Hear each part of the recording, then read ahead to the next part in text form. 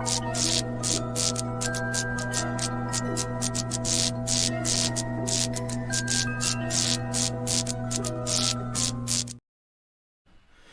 guys, welcome back to another episode of the Ghost Dog podcast. I do apologise for last week. The gentleman who I have as tonight's guest was due on, but unfortunately I had like the flu. I had man flu, and you know what that's like. It just kills us.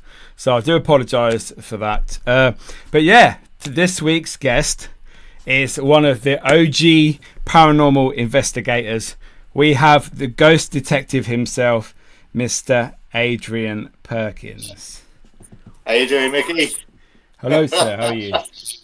I'm good. I'm very good. That's what I like to hear.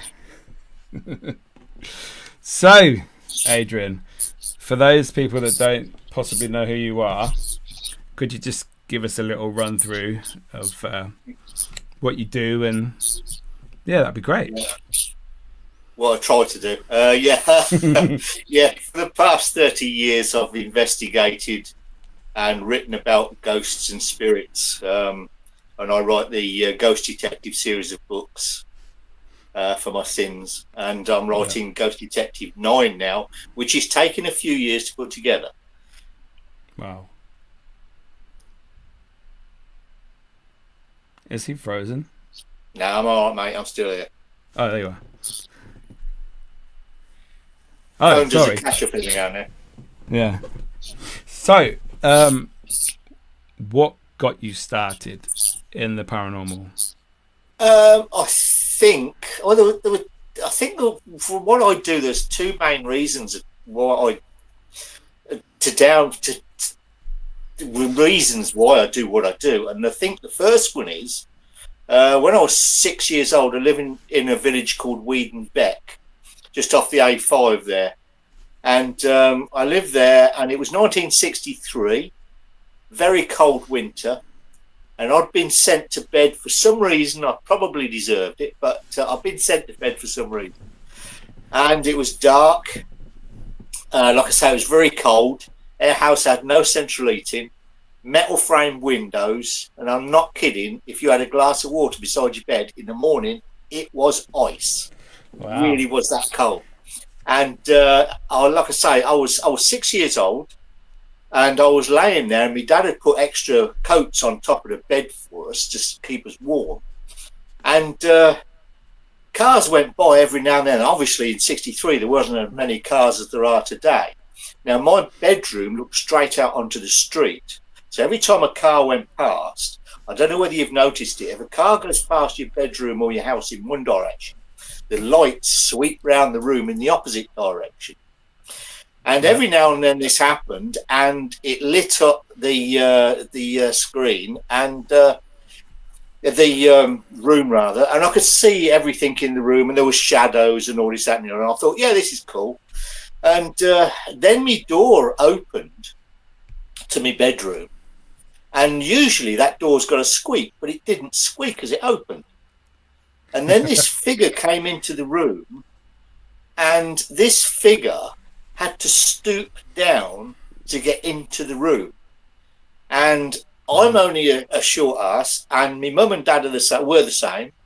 So I knew it weren't my mum and my dad. So I just watched this thing as it came into the room, and it stood on the back wall of the room. And I got the idea that it was a man, and it was staring at me. So quick as a flash, blankets and sheets straight across the top of my head, left a little peeky hole to see what was going on. And how that protects you when you're 6, I don't know, but it's felt good. And I was petrified. I didn't know what to do.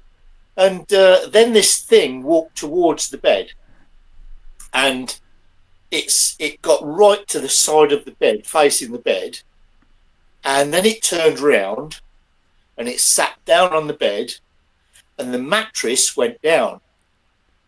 And as the mattress went down, I rolled towards what was sitting on the bed. Nah, forget that. Yeah, and then it leant forward and put its elbows on its knees and head in its hands, and it sat there. And my breathing got so shallow, I was petrified. I didn't want it to feel me breathing. So it didn't know I was there, sort of thing. And it's a wonder I didn't pass out. And then a car went past outside and lit the room up again. And I always remember, this is the weirdest thing. I could see the picture rail and the wallpaper through the person that was sitting on the bed. And it was like a switch went on in my head from being absolutely petrified to, how the heck does that happen? And as I watched, this thing sort of evaporated like steam from a kettle, but I don't remember the mattress coming back up. And I kept that story to myself for 40 years. Why is that? Why did you keep it? I think it was my age and the fact that you really don't want to go to school and tell your schoolmates you're seeing things, you know what I mean? And I eventually, after 40 years, I actually broached the subject with my mum. And I said, you know that house we used to live in Whedon? She said, yeah. I said, this weird thing happened to me in there. I saw this bloke. And she said, yeah, I saw him a few times, but I didn't want to worry you.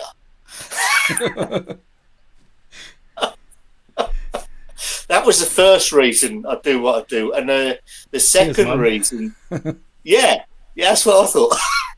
The second reason was I'm an avid collector of books and I never give them away. And I read and read and read. And I love... Peter Underwood's my favourite writer when it comes to ghost stories and things like that. Bless him, he's gone now, but I used to collect books from anywhere I could get them. And you get a collection of stories in a book. And you could probably get either 10, 15 stories in a book. But over the years, you start collecting these books and you get a repeat of the same story. I tell you what, if I ever read another story about Bury Pomeroy Castle or anywhere else, it drives me nuts, right? And I said to the wife, I said, I've had enough of all this. I'm just buying the same books with the same stories in over and over again. And I said, I've had enough. So I said, I want to get new stories for people to read. So I said, I'm going to write a book. And she said, yeah, go on then. Once you stop laughing. And thinking about writing a book especially about ghosts and spirits, is quite a different thing. I went on to BBC Radio Northampton and I said to them, I told them my idea. And they said, well, let's do a live phone-in. So I thought nervously, I said, yeah, go on then. So I went into the studio and they had people phoning in. And I thought naively that I was going to get all Northamptonshire. Yeah. I didn't. I forgot the motorway going through Northamptonshire, and I was getting Australian stories, South African stories from all over the world. And that's where the first book, 32 stories in the first little white book, came out. And I'll admit to this, I went into Waterstones and I pulled it to the front. That's what you got to do, isn't it? Yeah, and they're the two main reasons why I do what I do. But it's changed over the years because, like I say, I used to just collect ghost stories, but now I investigate full on. And the first investigation I did, I made that stupid error in not being ready for the answer that was going to come. And I asked the question, is anybody there? And there was. It answered back. Oh yeah. That's basically how I started. Because I was going to ask you, had you ever seen a ghost? But clearly you saw like Slender Man in your bedroom. So yeah, I've seen a few since then as well. Yeah. Yeah. Any stories you'd like to divulge? Yeah, it was. I used to work at a company in Northampton at Moulton Park. And my job was I made printing plates, and I used to work nights. And there's a couple of security guards in the car park on a raised elevation, if you like, and they could see into my office and the place where I was working. And I was on my own in this unit, huge unit, and there was nobody else in there. And if you had to come in, you had to use a security passcode, and it made the door bleep. So I knew there was nobody else in there. No. And one of the security guards came in and he said, "Hey," he said, "we've seen somebody else moving around in the offices." He said, "We need to go and have a look." I said, "We?" He said, "Yeah." He said, "Can you come and give us a hand?" He said, "If you go in one direction, I'll go in the other direction, and we'll pincer mover them." I said, "Okay." Then I think he was a military boy, and we did just that. And I remember going along this corridor, and in front of me there was a glass safety door, and I watched this glass safety door. There's a handle on it, and the handle went down. The door opened. Now they got a strong spring on them. It opened and then it closed, and the handle went back up.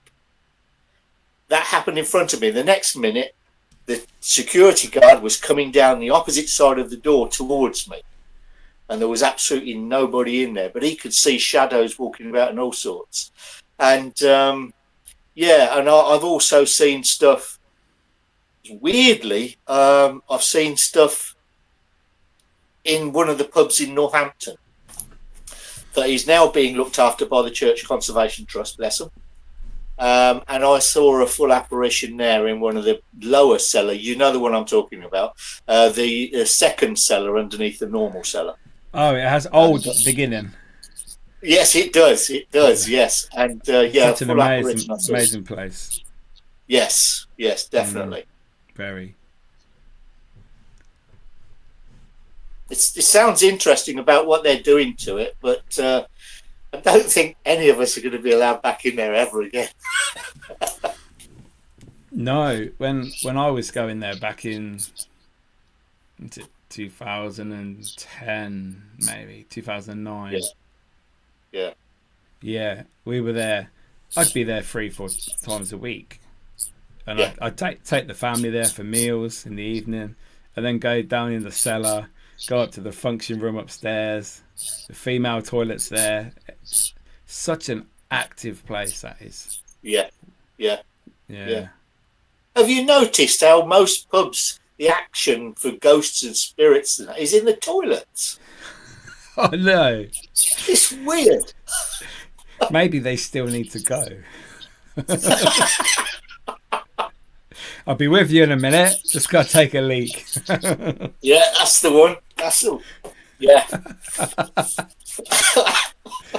No, that's been some good local areas. Well, in our local area, I should say, some of the locations like Delapree Abbey. I've been inside there a few times before it was done up again. That was pretty, I'd say, negative upstairs. Because I did what was it? I had it for a Friday, Saturday, and a Sunday, and we were given it by the council when Macintosh was in charge. Yeah. And the Friday night we had a public event, and then I think the Saturday him and other councillors came, and then I think we had a private one on the Sunday. And yeah, we went upstairs. I think we went to places that we weren't allowed to, and underground in the cellar. But we had the keys, so that's it, mate. That's the way to do it. I mean, when you got the keys, you can really go to town on a place, you know. Like, where do you want to go? Let's go here. That's it. Yeah. I mean, I think the biggest place I've ever done was Apethorpe Hall. Okay. It's Apethorpe Palace now because it's been bought by a French nobleman, Baron. But 300 rooms in that. Wow. And they gave me and Lewis, the English Heritage was running it at the time.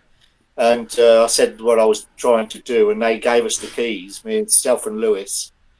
Lewis is obviously a parapsychologist friend of mine who comes on Katie's and that. But they gave us the keys and we got lost. They even gave us a map and we still got lost. Crazy place. Yeah. So how many are in your team? We've just got 2 new recruits. So we've got Lewis, Mark, Tina, Tia, Lisa, George. Yeah, there's 6 of us, I believe, at the minute. And including me, there's 7. But yeah, is that all under the Ghost Detective banner? It is, I would say, yeah. It is, yeah, it is, and it's nice that one of them I've known for 45 years. Others I've known for 15 years or more, maybe 20 years. It's one of those where we're not in each other's pockets, and we go off and we do our own thing. I mean, at the moment we've got 3 of us working on new experiments on equipment and stuff. So and then the younger side of the the younger side of the team are taking it forward in this social media way, because I'm a fossil, mate. I am. I do things, but I'm not as fast as the younger generation, so we say. And I've just set up a YouTube channel for them, but they're going to be putting content on there and things like that. So it's nice to see younger people coming up and taking over a little bit more, so I can concentrate on writing. Yeah, it must be a nice break for you. It is. Less pressure. Yeah, that's the word, because you are pressured into doing quite a lot of stuff. And last year I did 20 talks. I mean, it was a full-on year, and I must admit, by the time it came to the end of the year, I was just about had enough. Yeah. Yeah. So these talks, what are they? Are they about your books, about the local stories or investigations that you've done? Yeah, they're investigations that we've done. And I've got so many. I'm quite lucky, really, because I can cater them to wherever I'm going. And as in a couple of cases, if I'm asked to come back, then I can actually change the talk completely for the second time round, so they have something fresh to listen to. Yeah. So it's I do enjoy it, but it can get really tiring. Do you have the whole team up, or as many as you can get? As many as I can get to, because we take the books along and try to sell the books, because the money from the books gets ploughed back into the team. Yeah. So if I'm doing more history with the ghost stories, then I'll bring Mark in, one of the historians that are on our group, or Tina. She's another historian who works with us. Yeah. If it's more parapsychology, then I'll bring Lewis and his daughter along, and they'll take half, because I like to do talks with people. So I'll do talks on the spiritual side of things, and then Lewis will come in and do a bit of parapsychology, and like I say, if Mark's there, he'll do a bit of history. So there's a bit for everybody, you know. But some people try to limit our talk. I always remember somebody tried to limit our talk to half an hour. You got no chance. Yeah. Well, it's your passion, isn't it? So it is. You know, it is. Sometimes it's difficult to keep that under wraps. Yeah. It's I was trying when you invited me to come on and have a chat with you. I was trying to think back to the first time we ever met, and I can't remember when it was. It's been that long ago. Wow. Yeah. It's been a few years. We might have been in passing at that pub that we were talking about. I remember coming to some of your early talks. Yes, you were long. I remember having these red chinos on, but in the photos, and my beard had been dyed, and it was very dark. And I looked like a right idiot. But you've got your own look, mate. You've got your own look. Yeah. So that might. We had some fun. Yeah, that might have been. I don't know. So we've never actually investigated together, have we? No, and next time you go to St. Crispin's, give me a shout. Okay.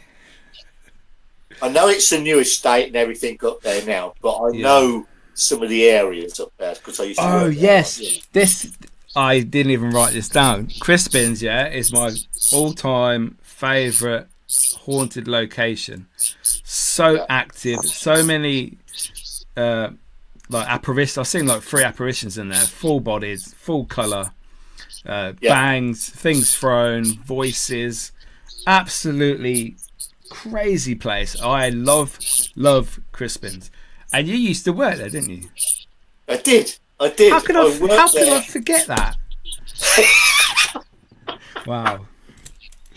I used to love working there. I used to drive the tractors up there, and I used to be on the grounds at the Princess Marina, and then I was transferred up to the Crispin's, the farm, and I used to deliver flowers and pick up deliver milk and that around the wards and everything. And I worked up there for about 3 years in the early 70s. Wow. So what was it like inside? It was very prison-like, tell you the truth. If you can imagine sort of red brick on the outside, and then when you go in, it's very painted sort of eggshell green brick with arches and long wards. In fact, while we was up there, I mean, we used to get paid under the clock tower. We used to go for our weekly wage packet under the clock tower, and I used to drive the tractor up, and the lads used to jump in the trailer at the back, and I used to drive up just in front of the clock tower.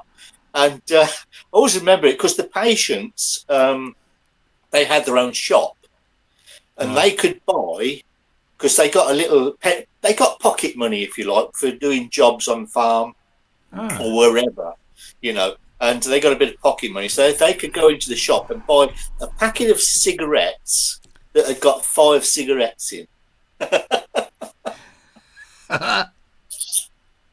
So good. I tell you what, when I first started up there, it petrified me.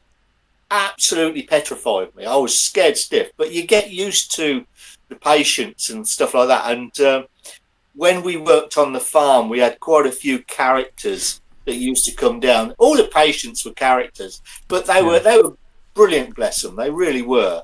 And some of them were in there for no good reason.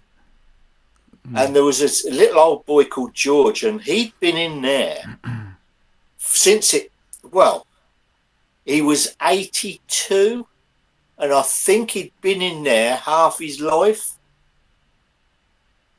And all he'd done was stolen something. Oh, wow. And they locked him in there. Because I know back in the day, if you got pregnant, you'd end up there. If you were doing things out of wedlock, sometimes you were put there. Yeah. It wasn't the fact that you have an illness, in the head, or you're not mentally well. It was just anything, It was like a form of prison, wasn't it? It was, and it was run. There was a lot. They'd even got their own fire brigade up there. Yes, right? The little red building, Yeah, and there was a thing going on around the workers up at Crispin's that Northampton Fire Brigade used to get to the fire at St. Crispin's before the St. Crispin's fire engine got there.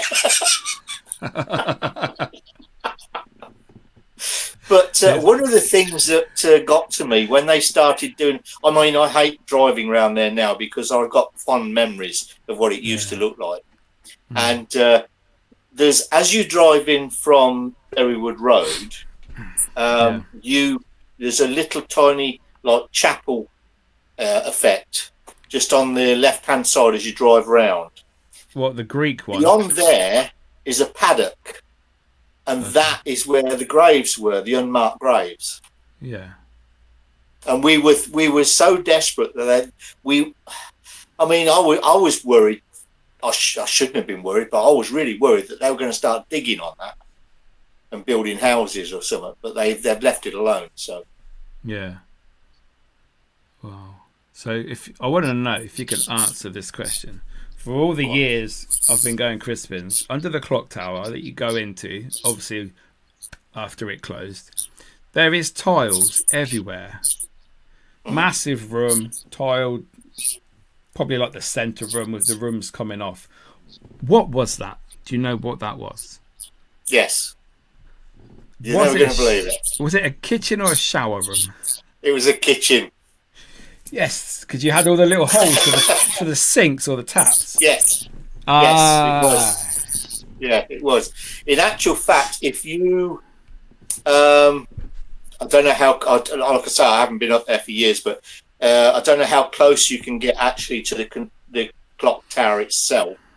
If you're facing the clock tower, if you look to your right-hand side, there was a row of buildings to the right-hand side of the clock tower, and the building a quarter of the way along was the mortuary. Yes. The door to the mortuary is in Berrywood now, isn't it? Yes, it is. Yeah. Yeah. I always but went. The large.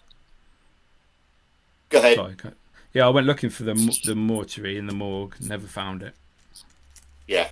It must have been under the lake or something. I don't know. Yeah. The large white building, that was the nurses' quarters. Because you see, there's only two left: the clock tower and what I believe to be the admin building, or the main entrance building, where all the inquiries were. That's the only two that are left. I shall have to go up there. I mean, like I say, I don't know what's left up there anymore. What happened up Crispin's, it was very scattered about. So you got wards isolated from the main buildings. Okay. So if they look today, they probably look like small housing estates on their own. But well, you can tell the architecture of the buildings; they're still the original buildings. But they were wards on their own right. Was there any reason for that? Were there certain patients or? Yes. Yeah. Okay. I mean, I'll give you an example. At the Princess Marina Hospital, there used to be a huge bank coming off the A45, the main dual carriageway. There used to be a huge bank covered in daffodils at one time. It used to come up to a football field that was there. And then the nurses and doctors, they used to live in their own houses up there. But as you got further up towards St Crispin's and the farm, there were certain wards, and there was a gymnasium and everything. One of the wards closest to the farm was a children's ward. And when I first started there as a groundsman, I smoked, and I thought I'll put my stuff away. I got my wheelbarrow, I got my fork and my spade, and I stuck them to one side, and I went off and had a smoke. When I came back, one of the little girls, Patience, was using my fork as a javelin towards all the other kids. Oh, wow. So I was trying to chase her, and she could run, mate. I tell you, she could run. I needed another fag after I'd finished. So I've got a picture here. If you can see this, maybe where's the camera? Right, here we go. So you've got the clock tower there, yeah? Yep. In the middle, and then to the right, as I look at it, there's a little building before the road. So that is that's what I think is the admin building. Those are the two that are only left now. There's nothing else. Yeah. Do you see that other building to the top of the screen? Past the path, the road. Yeah. Well, there was a large white building up there, and that was the nurses' quarters. But you're right in thinking that admin. Yeah, so that building there. That was the nurses' quarters. But that is, yes, definitely admin. Yeah. See, I don't know why. Apparently, the clock tower is listed, isn't it? It is, and I Grade wish they'd 2. do something with it and put it right. Yeah, but the other building is not, so I don't know why that's still there. But Yes, a lot of times, a lot of the people bought the properties, so that I mean, you would expect them to be listed.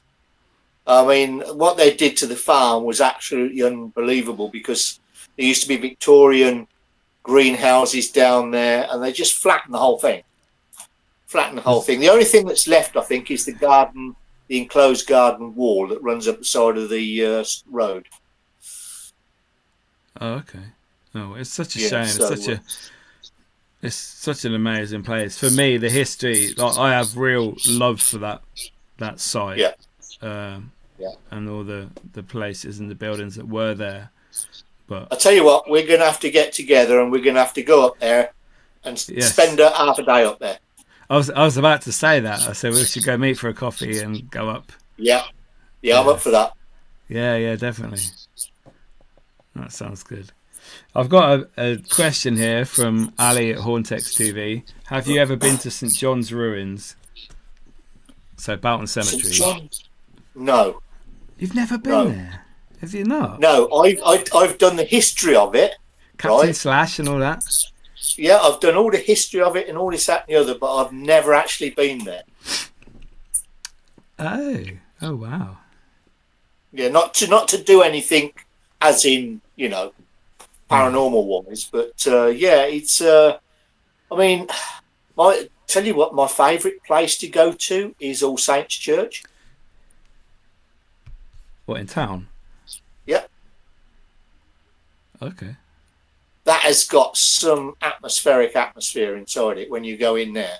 Obviously, you got to try and do it so there's no services on. But if you go in there and just have a sip, yeah. Wait a minute. Go Yeah. Hold the fort. I've never been inside. I've walked around it, but never been in there. Yeah, I mean, I think probably the most haunted place in Northampton itself, in the town itself, has to be the County Hall, opposite the Guildhall. What, the Sessions Courthouse? Yes. Yeah, without a doubt. Yeah. Yeah, without a doubt. I mean, I give a talk about the place, and we've got the EVPs that go along with the talk, and people just sit there with their mouths wide open, and you think to yourself, they can't believe what they're hearing, but it actually happened while we were there. We had things, you could hear voices and all this, that, and the other, people walking along the corridor, doors slamming. We had all the movement sensors on the doors came all the way along the corridor as if somebody was walking along right into the room where we were. And we play that for people, you know what I mean? And people say, it can't possibly happen. But it does. It happens. See, I've been there 3 times, investigated. I found that the courts themselves, the acoustics were just wrong for everything. Yeah. The sound just didn't work. But being down in the cells, where you go down below the court, we had cell doors open on their own. Yeah. Footsteps when we did lone vigils down there. Yeah. Feeling sick, obviously, maybe the old how they were feeling when they were down there. Yeah, I mean, one of our team, she, bless her, she's left the paranormal now, but bless her, she got possessed by somebody down there in one of the cells, and it really took its toll on her. And did you do a solo down there? Yeah, a couple of times. Yeah. It's one of those places where you hear these far off noises, like the metal gate shutting at the top of the stairs, and you think to yourself, it's one of your team coming down, but it's not. Well, I'll tell you a story. We did a public event there, and while we were down there, I left my voice recorder and then I forgot it, so it was in the cell. So the next morning, I phoned old Roger up, if he's still there. Hi, Roger. Yeah, he is. He is. Oh, brilliant. And I said, look, I left it there. Can I come and get it? So I did. Yeah, it recorded about 4 or 5 hours while it was down there. I put it on my Yeah. computer. There was metal bangs, like cell slamming, Yeah. bangs, Yeah. keys, and I'm like, he went home at 1:30 in the morning when we went, and it recorded till about 6 a.m. Yeah. And Yeah. it's like, wow. It's really strange because one of their team, Mark, who I've known for 40 odd years, he left the army and he became a prison officer, and he worked there. So he was able to fill us in on the routine of the prisoners down in the cells, what their routine was. So it was fascinating to listen to him. And when they got walked up to the courtrooms from down below in the cells, you know, it was an interesting place, really interesting. That's amazing. And the fact it was local as well just makes it even better. Yeah, it does. I mean, we found out that we couldn't investigate through the night because of the nightclub. So we did most of our investigations during the daytime. And it still worked. Yeah, they're still out, aren't they? Yeah. They probably. I reckon. You know, I've spoken to people before about this, and I've said what you see on TV, especially the night vision cameras and stuff like that, is done for quite a lot of effect. But we're not very good in the dark, and people that say they see ghosts in the dark, you know, it takes some doing. Most ghosts are seen in the daytime. You know, that's when we're best on our vision. So, yeah. And we don't even know they're ghosts sometimes. No, that's I'll tell you a little story about that if you got time. Yeah. I used to I used to go over to Twinwoods in Bedfordshire quite a lot, and I did a few investigations over there. And they asked me back on the Glen Miller Festival, as it was then. It is now the August Bank Holiday Music Festival that runs for 4 days. But back then, I was doing a book signing. And they said, will you come and do a book signing? Because I'd written a story about the place. And they got, back then, over 30,000 people there. Wow. Right? And they got the main arena with all the big bands on the stage and that, and the 40s music, and everybody dresses up in 40s gear, including the kids. They all got the shorts on and the braces and all this, that, and the other. And the parents really go for it. And I always remember I was doing this book signing, and after a day or so, you suddenly realise you've got to keep saying the same thing to everybody that comes along, because it's the first time they're meeting you. Yes. So they want to hear this stuff, and it gets so monotonous. And Denise had fallen asleep, bless her, my wife. She'd fallen asleep. And this massive, great Scottish chap come up to me. And I thought, I'm in trouble here. He's a big old boy, and he looked quite angry. And he leaned over and he looked down at me and he said, "Oi," he said, "you do the ghosts, don't you?" And I said, "Well, yeah." I said, "I do write about them." He said, "How do you know if you've seen a ghost?" And I said, "Look round, turn round and look down to that stadium." And he turned round and he looked down, and I said to him, I said, "Right, now pick out the ghost." And he looked back to me and he said, "What do you mean?" And I said, "You won't know if you've seen a ghost or not because it looks real." Yeah. And he sort of shuddered and he said, "Nah, you're messing with me head." And he walked off. You beat him. Yeah, I got him. Yeah. Wow. So we've got a question here from Ali. Isn't there an abandoned RAF base in Northampton? In Northamptonshire. There must be in Northamptonshire, yes. I've heard of Collie Weston. Is it Collie Weston? Yeah, Collie Weston, yeah. Big huts. Yeah. Yeah. There's also I've seen people's pictures of Sywell. There's old abandoned parts of the Sywell airbase, but that is haunted. how accessible, I don't know, or where even that is. I think it's if you did something like Sywell or something like that, or even Twinwoods, bless them, because they don't do investigations anymore. It would have to be a covert investigation. You just probably go there for the day, have a look at the planes and stuff like that, and probably try and pick up what you can find, and even do some EVP recordings and stuff. You know, best way to do it these days, I think. Yeah. Is there one in Bedford? I imagine there is. I imagine there's lots of old original ones that are probably not used anymore. I'll tell you one interesting place, and it's not far from Twinwoods, actually. It's Twinwoods Business Park. And if you go on there, it's where the Yarlswood Detention Centre is, right? Okay. And I was asked to do an investigation up there, and there was a as you drive in, it's got security, but as you drive in, you come up to where I don't know who own it now, but there was a company that did skydiving events called Body Flight, and they've got this massive vertical wind tunnel where they did the skydiving. You could practice. Yeah. Not many people know this, but that wind tunnel was used for the aerodynamics for the Harrier jump jet fighter. Oh, wow. And just behind it was where they tested the Concorde supersonic. There was a supersonic wind tunnel behind that, and that's where they tested the Concorde. And I think the only wind tunnel up there now, the smallest wind tunnel up there now is Red Bull. They've got theirs up there.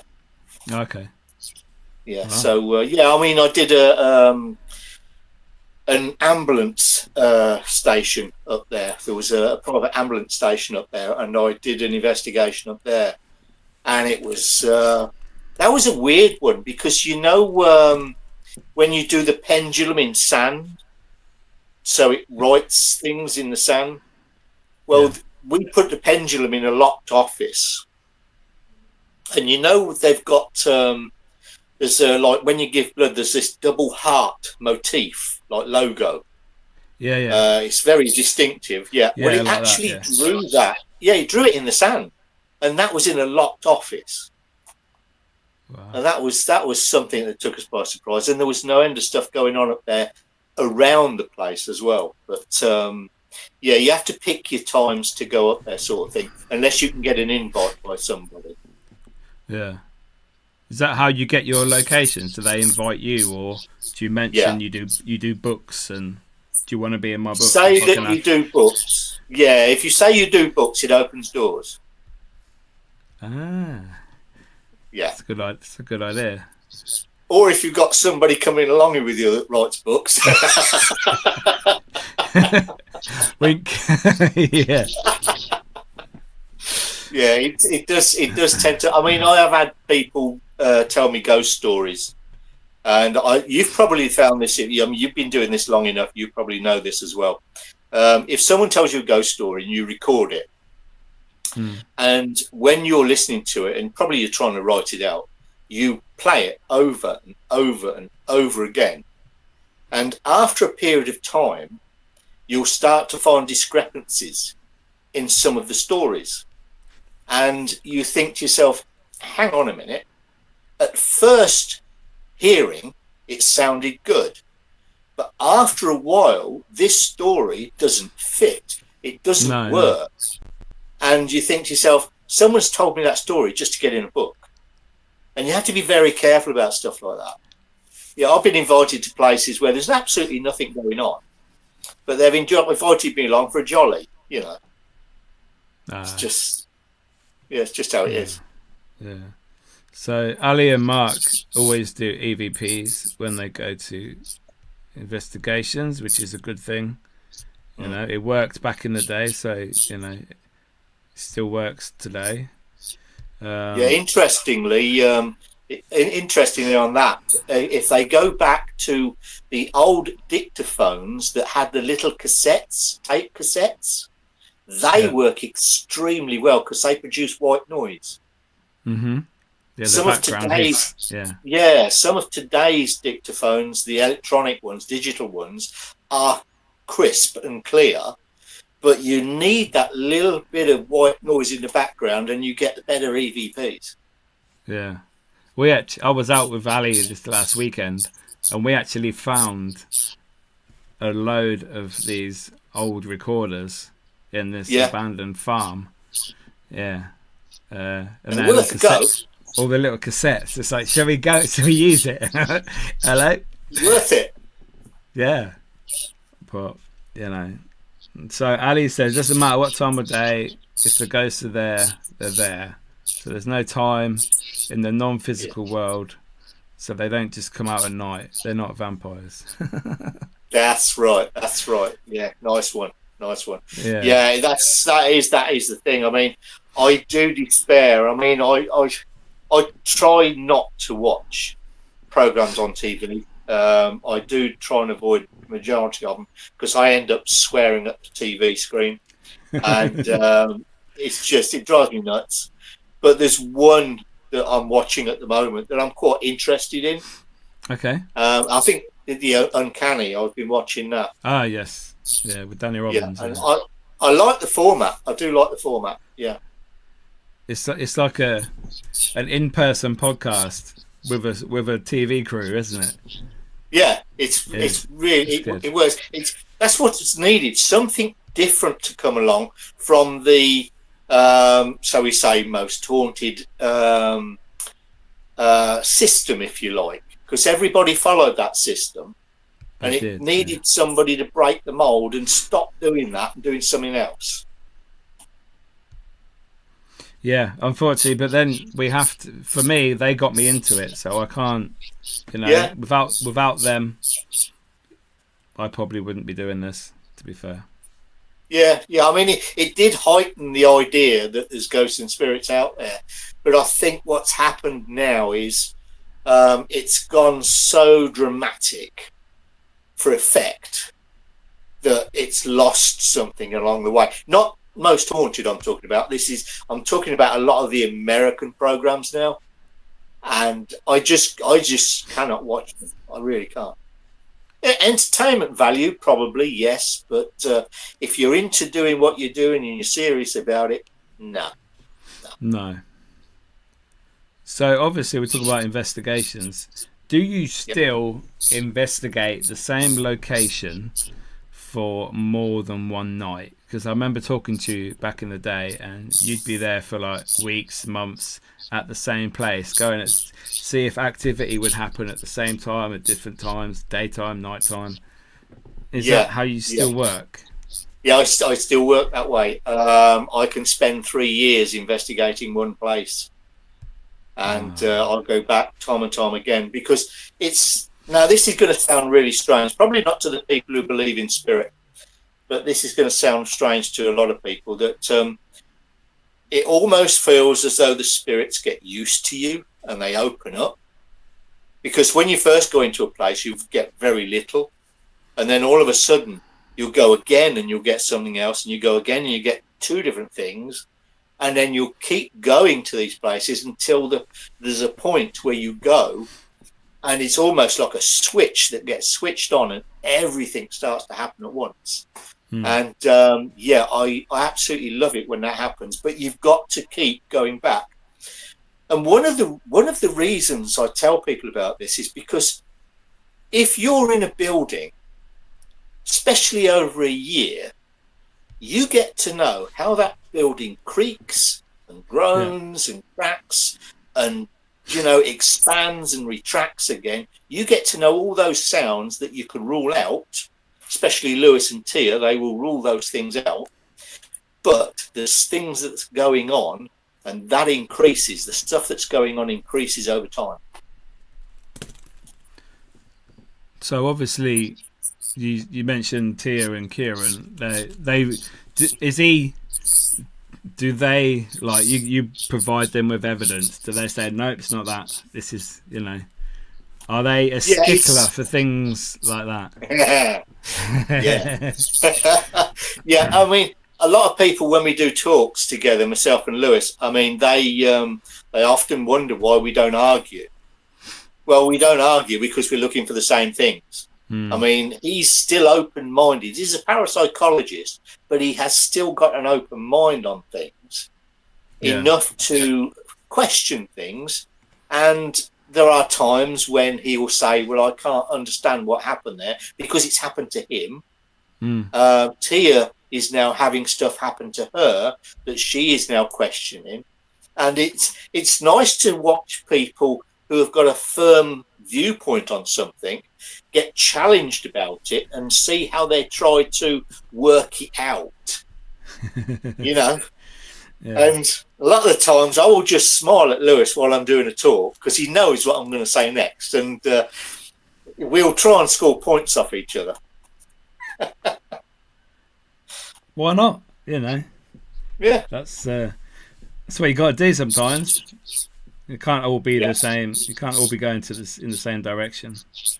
No, that's it. I mean, that is something I'm quite open to the fact that we're getting like I said before, younger people coming into the group who are still on their start of their journey, because it is. I mean, you know this. It's a journey of discovery, and partway along that journey, you'll become disillusioned. And you'll start to doubt everything about stuff, about these ghosts and spirits. And you'll start thinking, yeah, people were right, it's just a load of rubbish. But then something will happen and it'll bring you straight back into it. And you think to yourself, yeah, okay, it might not be ghosts and spirits, but what it is something we don't understand. So we need to understand what's going on. We need to find out what's going on.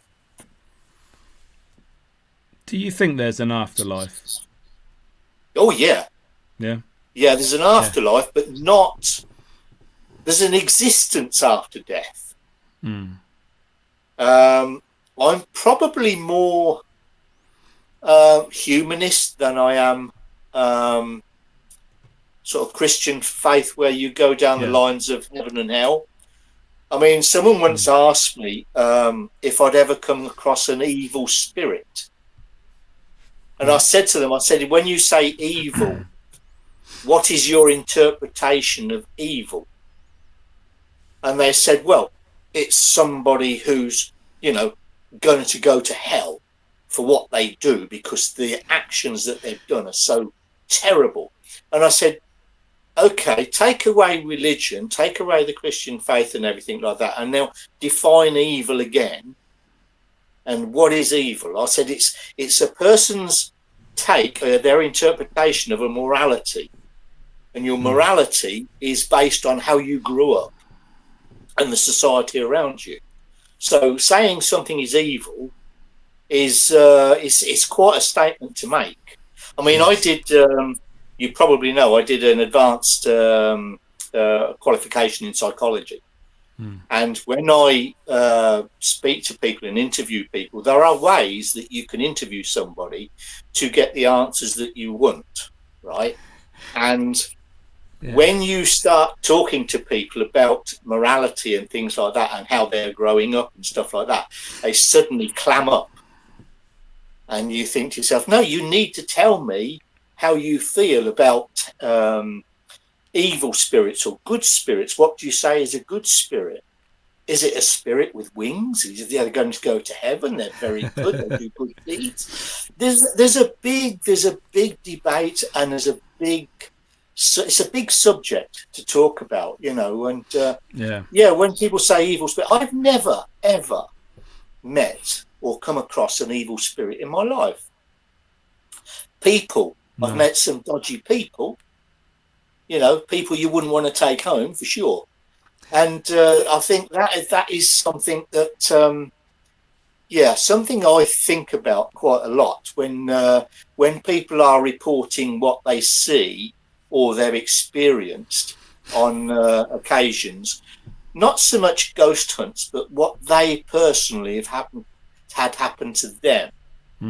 And you have to be very careful when you're interviewing people like that, because you can offend people quite easily, or you know that yourself. I mean, you offend people quite easily because you have to eggshell round people to find out exactly how they feel and what their belief system is. So Got to be careful. I think the paranormal is a very complex subject. Very complex. So I've got a question for you from Ali. What is your paranormal dream, and what's next for you and your team? Oh yeah, I would love to. We've actually put a quest out on in the Chronicle and Echo just recently. My quest over the next 12 months. Now, I pride myself on having never paid for an investigation to location, and I've never been charged to investigate anywhere. You know what I mean? I've never, and I will never charge anybody to investigate. No. And I would love to investigate a stately home over the next 12 months. Any stately home in Northamptonshire over the next 12 months, to really go in depth with a full team, go in there and see if we can get some answers. 2 questions that need to be answered. If it's haunted, right? Yeah. Who and why? Who's haunting it and why? And that's what I want to do. But I said to the newspaper, I said the Chronicle and Echo, I said, wish me luck. I think I'm going to need it. So you're basically talking to English Heritage, National Trust, places like that. Yeah. Who some private ones as well, but yeah. Okay. Yeah, they will quite happily take your money. Oh yeah, they'll take your money. They'll rip your arm off. Yeah. Yes. Yeah. Yes. I mean, I think I was quoted for one evening at a particular location in Northampton. I was quoted one evening for half a room for £500. Half a room? For half a room with nothing in it. Just to be there. I take it you said no then to that one. Yeah, I did. Politely requested them to take one. Yeah. Wow. That is ridiculous. I had issues with a certain town hall as well. We were going to try and investigate there, and they were giving us like between 5 and 7 p.m. and in the summer, so it was broad daylight, noisy, everyone leaving in and out of the town, and they wanted like £400. It's like, no thanks. Wow. For a start, it's a stupid time because everyone's leaving work, or going down the pub after work. It's going to be noisy, so it's really, really bright. The windows, you couldn't even shut them. Not that matters, but it would be nice to have some privacy and a bit of darkness, a little bit anyway. Yeah, but it heightens the senses, doesn't it? Yeah. Yes, yeah. So I thought, nah. No. I'll tell you the most ridiculous. Go ahead, mate. I was just going to say, I think dealing with our local area over the years, they definitely have not jumped on the bandwagon to try and spread awareness of our amazing history and our buildings. From what we found, we could have, heightened all of this, give it some publicity. They just didn't care, really, in my experience, anyway. And mine. You're quite right, mate. You're absolutely right. And I tell you what, the most ridiculous place I was asked to pay money for. It was a forest, quite a large forest that quite a few of us have done before. And I was having a documentary filmed. Okay. And I wanted their cooperation. So I went for a meeting with them, and I'd actually just come back from Switzerland. So I was absolutely shattered, and I turned up at this meeting. And we sat down, and I said, this is what I want to do. We got a documentary crew following us around, doing a bit of history, a bit of the ghostly goings on that goes on in this forest. And they turned around and they said, yes, I think we can do that for you for £1,000. It's free during the daytime. What's going on? We don't even need anybody with us. It's No, it's ridiculous, isn't it? oh, mate, I'll tell you. Yeah. But I mean, a lot of the people watching tonight or listening tonight or whatever, I know some of them are seasoned veterans when it comes to investigations and things like that, but I'm not a lover of places that have been set up to do ghost hunts. I'm not a lover of that, because I tend to do places that have never been investigated before, because I need that for the books. So when people say to me, have you been to this castle, that abbey, or wherever, that's been done to death so many times, my answer to that is, well, what's the point? There's nothing new going to come out of it. Mm. You need to find somewhere that's just been reported as haunted, or somebody's had an experience with spirit activity, and go in there and find out what you can find out there. That's a new location. That's what you want. That's what you want to do. So if anybody, go on. So when you do your locations, your stories for the books, I take it you do a lot of research first to make sure they are credible stories, sightings, things like that. Otherwise, you might spend time there and go there, and it's just like, well, this is a waste of time. There's nothing really. Exactly. I mean, both area historians, Tina and Mark, they actually work separately to what we do. I mean, Tina, bless her, she doesn't believe in ghosts and spirits anyway. What she does is history.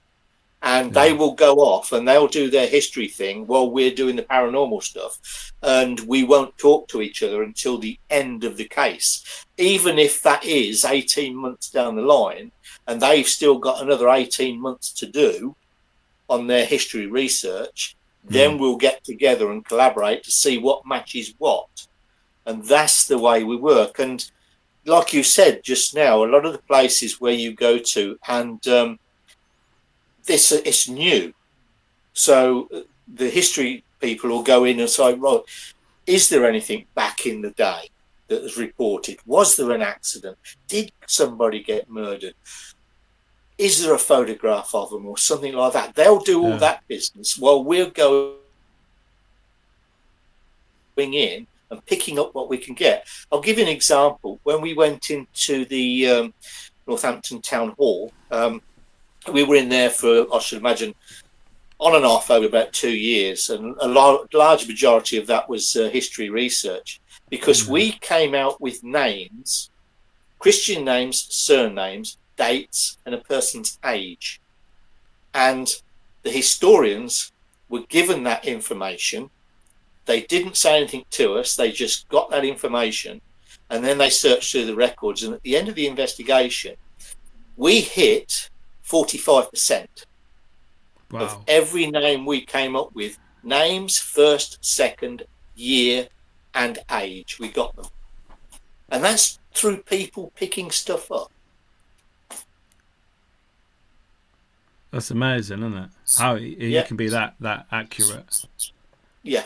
That's crazy. And it takes the research to do it as well, because you I mean, yes, you can go into a building, you can get, I'm getting a Fred. Yeah. Well, yeah. There's going to be a Fred somewhere, Or a John. Yeah. I mean, I'll tell you a little story. I was saying about a parapsychologist, Lewis. I mean, he doubts quite a lot of the stuff to do with paranormal anyway, but he's open-minded still. But I took him to the Moot Hall in Daventry. Yeah. And you probably know it anyway. There's 2 cells in the Moot Hall, and it was like a petty sessions. It was a women's prison for anybody that was drunk and disorderly or something. They'd keep them overnight. And we were doing this pick up and say what you can find in your mind, Just say it. Don't hold it back. Just say it. And Yeah. we've got 5 people stood in a cell, and Lewis was standing next to my my late sister-in-law, and she was a carer, bless her, and she just lost a patient, and Right. the patient's surname was reversed. So his Christian name sounded like a surname, and his surname sounded like a Christian name. It's a very unusual name.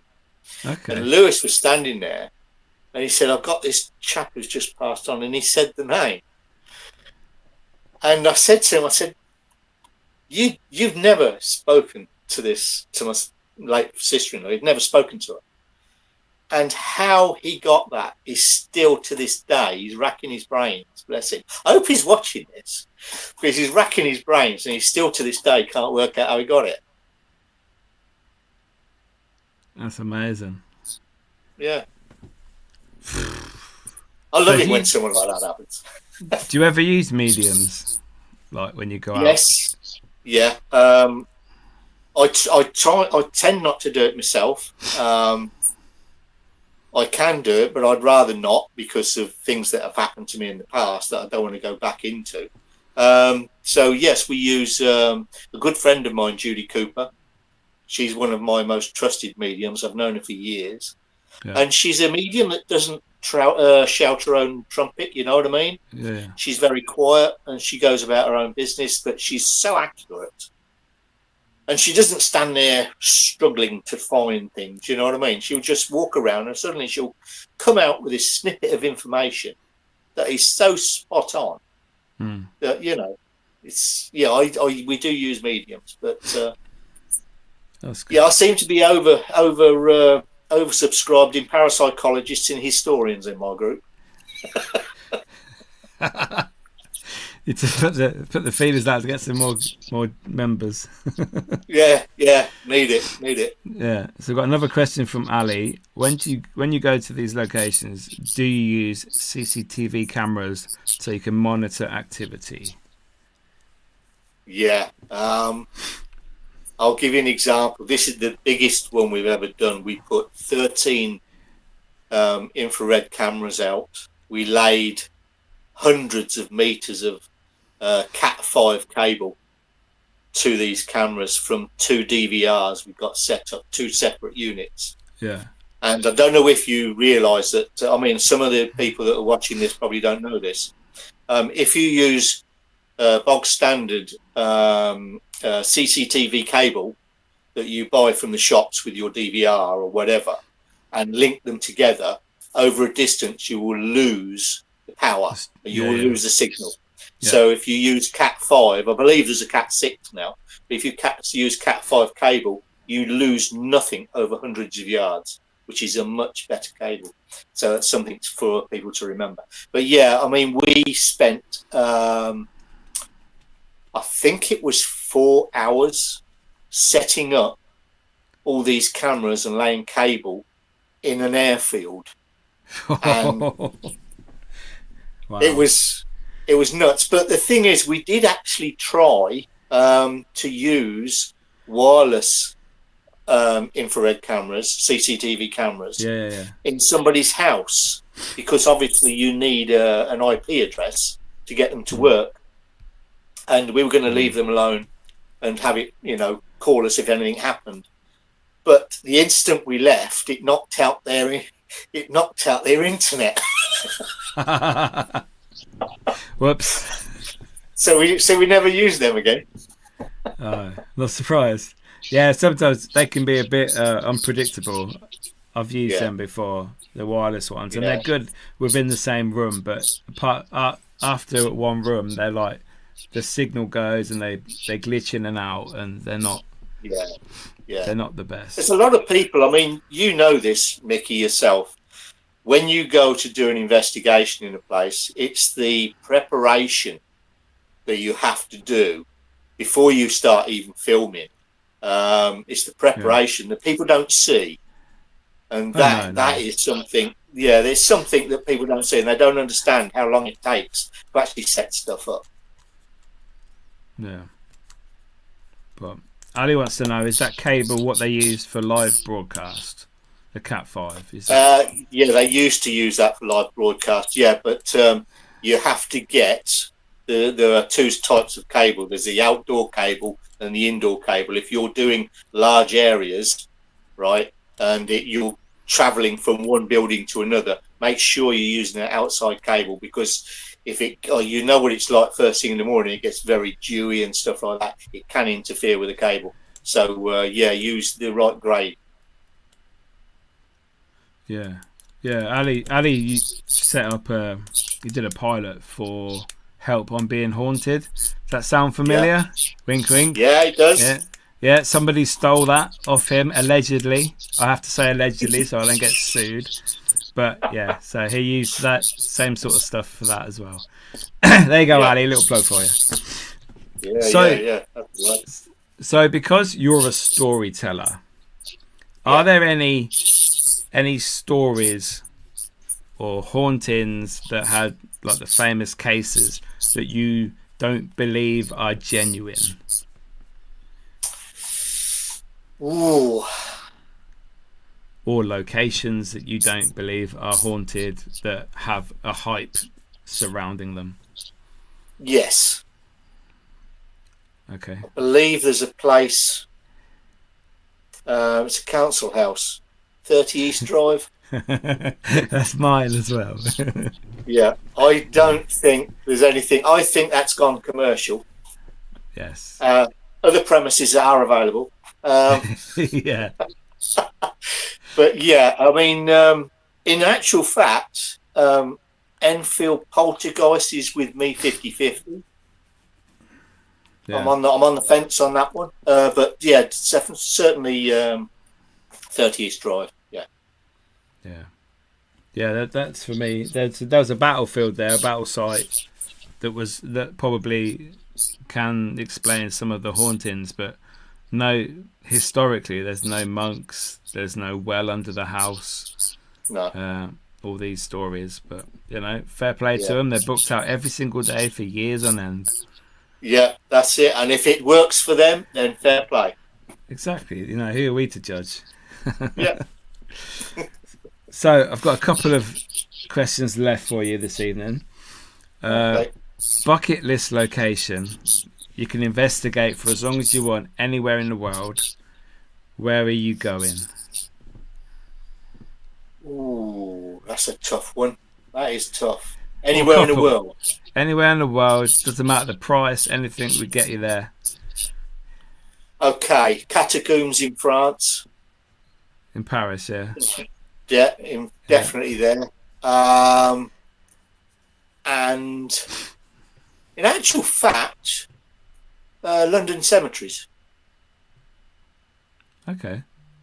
Yeah. What, like Highgate and all them? Oh, one more. Okay, yeah. London Underground. Oh, I've done Aldwych before. Have you? Yeah, I did that many years ago. Yeah, I was down there for like 10 hours. Was it good?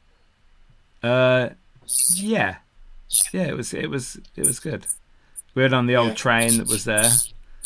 Yeah. We couldn't go too far into the tunnel because the other end was live. So, but yeah, we spent time down there, and it is when the lights went out, because I think they used some of that for like air raid shelter in the war when the Blitz. Yeah. Very, very atmospheric down there. Yeah. Didn't do the Ghostbuster thing though. With the train. With the train. What the women did, yeah. No. Yeah. No, I didn't. No.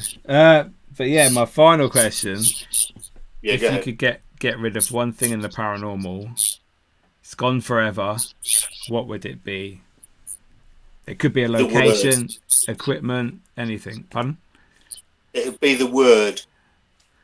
The word paranormal. I would get rid of that in a shot and just call it supernatural. Just call it supernatural. Because the paranormal has got such a bad rep now that it's just get rid of the word. Just get rid of the word. Yeah, I can see that. Everything is paranormal. No. Yeah, and cat balls. Cat balls. Get rid of them. What's wrong with cat balls? I hate them.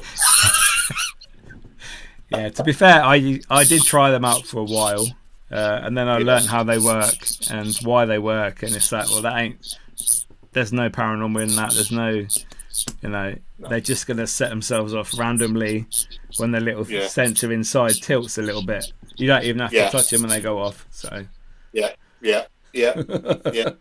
Pet hates. Literally. So, Adrian, what have you got in store for this year coming up that you can tell us about? Yeah, a lot of the stuff obviously is private investigations for people for the book, but I don't do that many open investigations. The one big thing I've got coming up this year, I mean, I've got 2 events. I'm going over to the Parameet over in Hinckley. I'll be there. Yeah. I'm there for the Saturday and Sunday, and I'm giving a talk on the Saturday. I think I'm second one in. And nice. then I think that's May, tail end of May. Yeah, I think so. And I'm setting up a charity fundraising event, paranormal charity fundraising event at Duston Community Centre on the 7th of June. There's going to be lots of workshops, speakers, trade stalls and everything. And it's in aid of the neonatal unit at Northampton General Hospital. They'll be getting the money for that. So, so I'm involved in that. But apart from that, a lot of talks, a lot of book signings going on. But, it's going to be a busy one. So is the 9th book out yet, or will it be out this year? Yeah, I'm working on it. Things keep getting in the way. I mean, I brought out a children's trilogy about a year ago, and then just before this last Christmas, I brought out a medieval history research book. So it's sort of, I can't stop writing. There's nothing wrong with that. Yeah, it will be out. Yeah. So how can people get in contact with you just to check out your stuff, your website maybe, or give you some stories for a possible entry into a book? Yeah, I mean, if they want to contact me through the Ghost Detective website, which is ghost and then there's a hyphen detective.com, or they can go onto my Facebook page, which is now I've got to think of it now, TGD 666. Oh, nice. Yeah, TGD 666. That's the Ghost Detective on Facebook.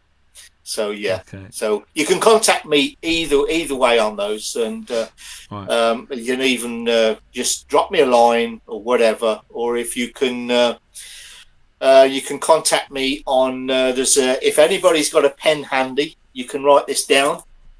It's my mobile number, and I'll give it out on here. It's 0787 492 7212. There you go. There you go, people. You're going to get all these weird phone calls now. I always do, mate. I always do. You wait for the heavy breathing. And there's nobody there. Yeah. Oh, that's brilliant. Thank you so much for tonight. You've been awesome. And we definitely have to arrange a meet up to go to Crispin's. Yeah, definitely. And thank you very much, Mickey, for inviting me. No worries. Cheers, Adrian. I'll see you in a bit. So there we go, guys. Wow, what an amazing guest Adrian is. Make sure you go check out his website. Go and give him a ghost story. Maybe he'll come to your house or your area and have a chat about the spooky goings on that you're experiencing. Go and get one of his books. I've got all 8 of his books over there, which I do apologise, I should have had out over here with me. But go check out this podcast Instagram page. I'm going to put pictures of the books up in a minute when this is over. So you can go check out his books. awesome if you're in this sort of area. And I'm sure there's some stories from afar as well. Yeah, thank you so much for watching tonight. Will there be one next week? Who knows? You'll have to wait and see. Subscribe to the channel. All your feedback recently has been very good. Love it. You guys are awesome. Subscribe to... No, you don't subscribe to Instagram, do you? No, you follow. You tick the bell, whatever it is, on Instagram. And I may be seeing you next week. See you later, guys. Thanks for watching.